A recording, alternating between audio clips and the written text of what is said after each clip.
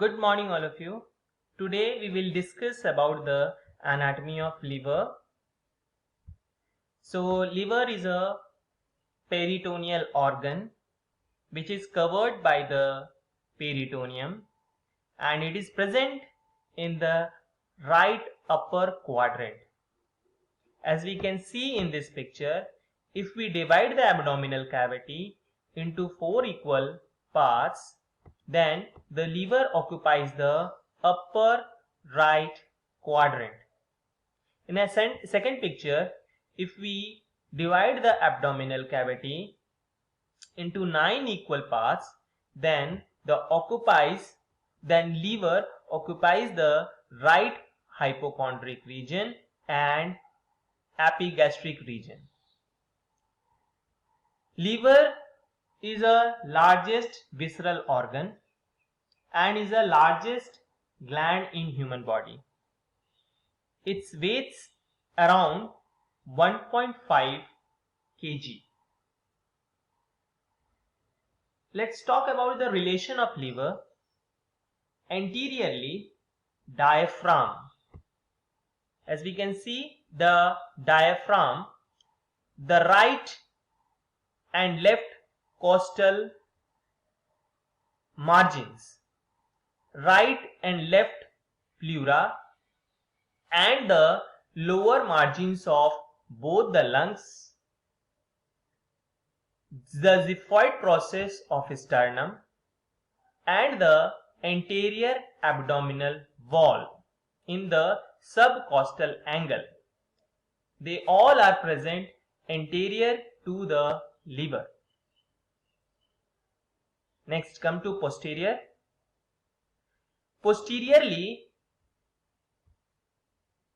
from the liver, diaphragm is present, the right kidney, the hepatic flexure of the colon, duodenum, gallbladder, inferior vena cava, esophagus, and the fundus of stomach.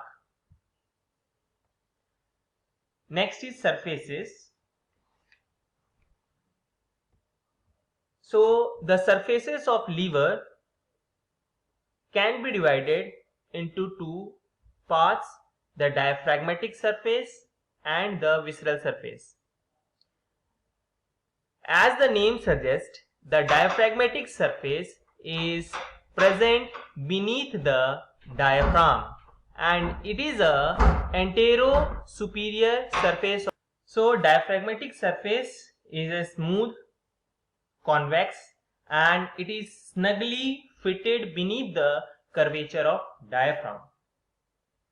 The next surface is a visceral surface.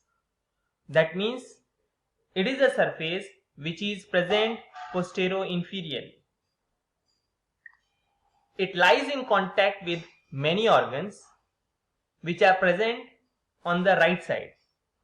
So right kidney, right adrenal gland, right colic flexure, transverse colon, the first part of duodenum, gallbladder, esophagus and stomach are present on the visceral surface, so they imparts a impression on the visceral surface of the liver.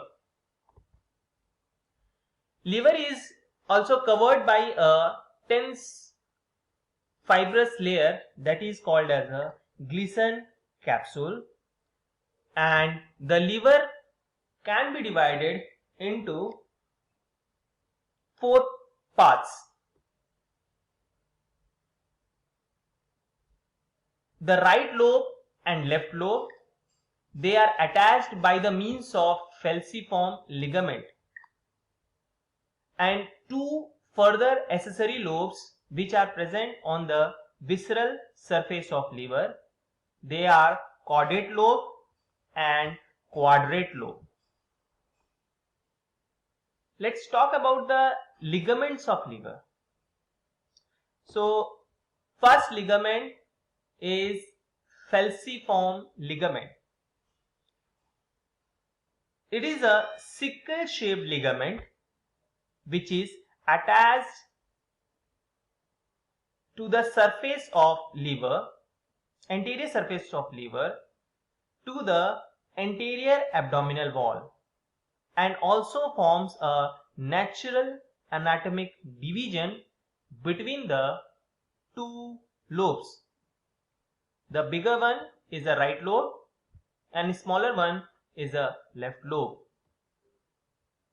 Second ligament is a coronary ligament.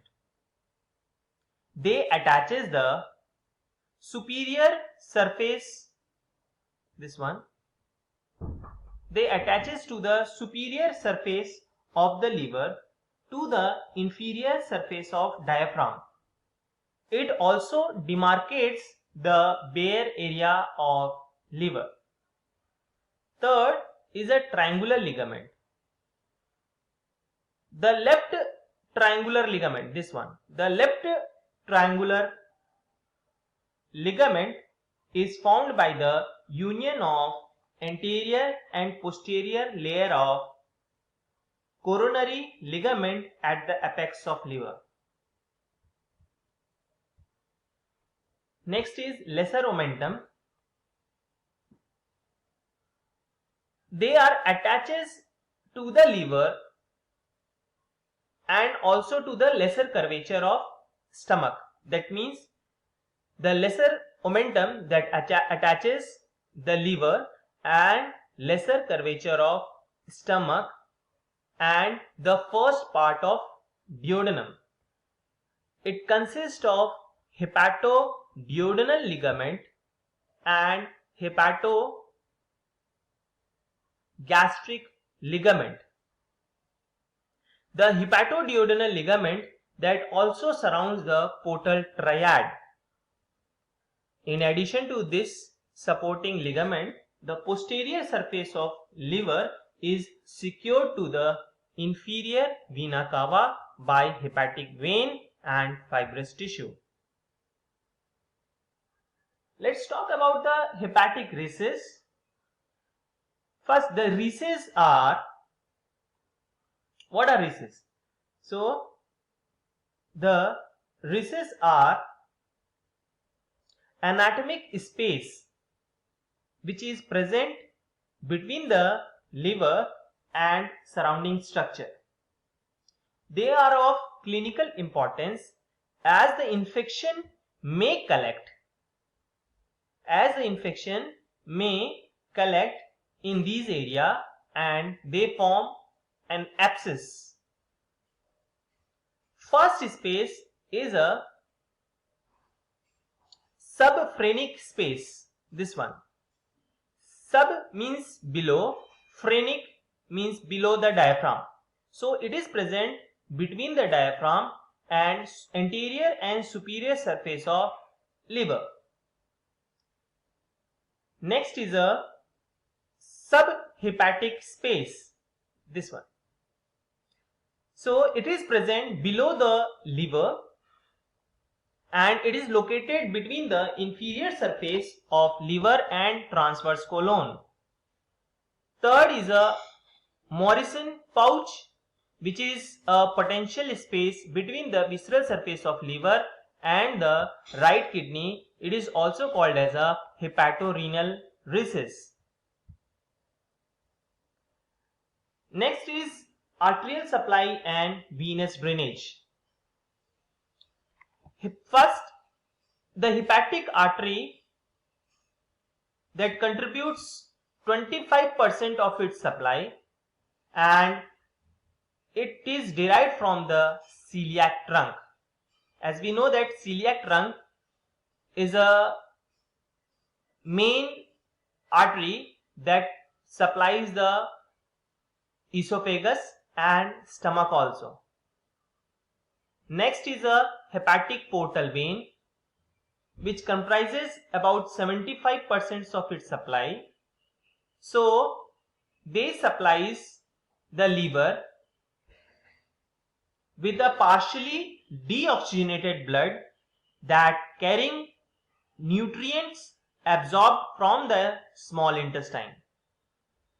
This is a dominant blood supply to the liver parenchyma and also to the liver to perform its gut related function such as detoxification. This hepatic portal vein that opens into inferior vena cava. Next is nerve supply. The parenchyma of liver is innervated by hepatic plexus and vagus nerve. The Gleason capsule, which is a cover of liver, is innervated by lower intercostal nerve. So the distension of the capsule result in sharp and localized pain. Next, come to the last topic, that is a lymphatic drainage. The lymphatic vessels of the anterior aspect of the liver that drains into hepatic lymph node and the posterior aspect of liver that drains into phrenic and posterior mediastinal lymph node.